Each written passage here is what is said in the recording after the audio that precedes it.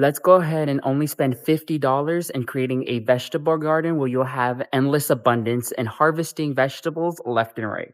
So first things first, we're going to talk about amendments. So when it comes down to in-ground vegetable gardens, you have to amend your soil in order for your vegetables to be happy. So I tend to do my own mix of soil. So let me show you what I use. So this is a soil brand I use, Timberline Soil, Cow Manure, and Compost, which is only $3.48.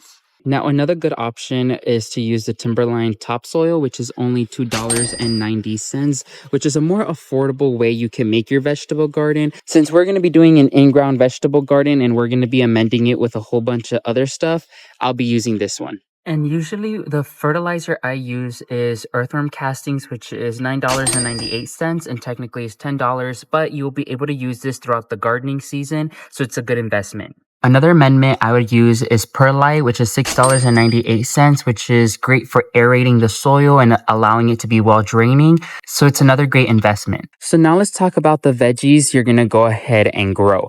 Now this could be done two different ways.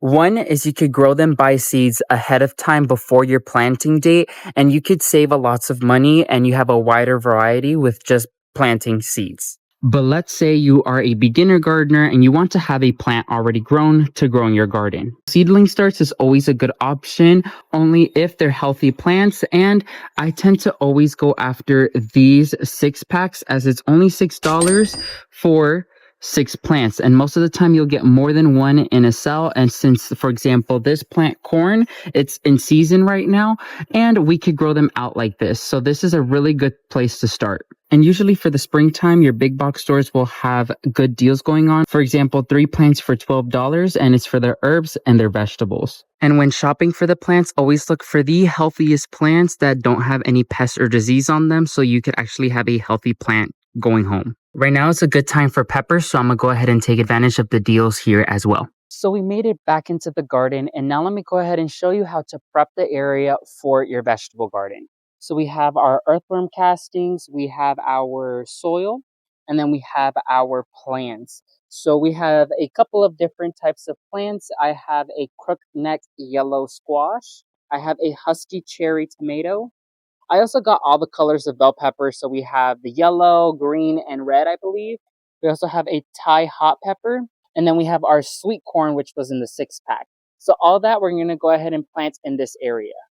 So first things first, we're going to go ahead and add our topsoil to amend it with our native soil. We would also be adding the perlite here, but since the store ran out of perlite, unfortunately, I don't have any to mix in. But since my native soil is already really aerated and well draining, I really don't have to be concerned about amending for that. But I would recommend it. So if you have some on hand, then go ahead and mix it in.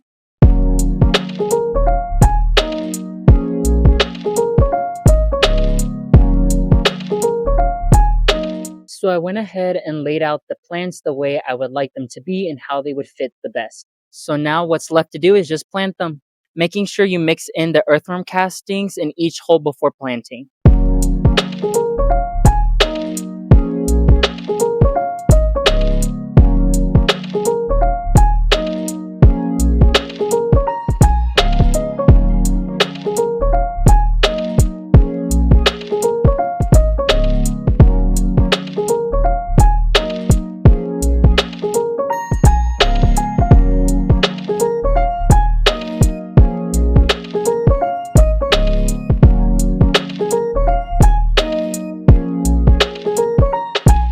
Now I look like a hot mess because it is super hot today. It's very humid, but I finally got all the plants planted and watered. So now all you have to do is follow the basic rules of vegetable gardening. Make sure you keep them watered 2 to 3 times per week.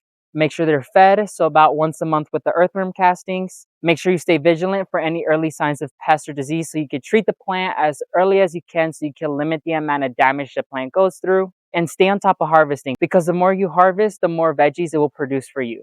So at the end, here is the total we ended up spending for the vegetable garden. Leave me in the comment section down below what are some ways you save money in the garden. Make sure to leave a like underneath this video, subscribe to the channel if you aren't already, and turn on the bell notification button so you get notified when I release a new video. And as always, thank you all so much for watching this video. May God bless you and your entire family, and never forget to grow big, ultimate gardeners. Bye everyone.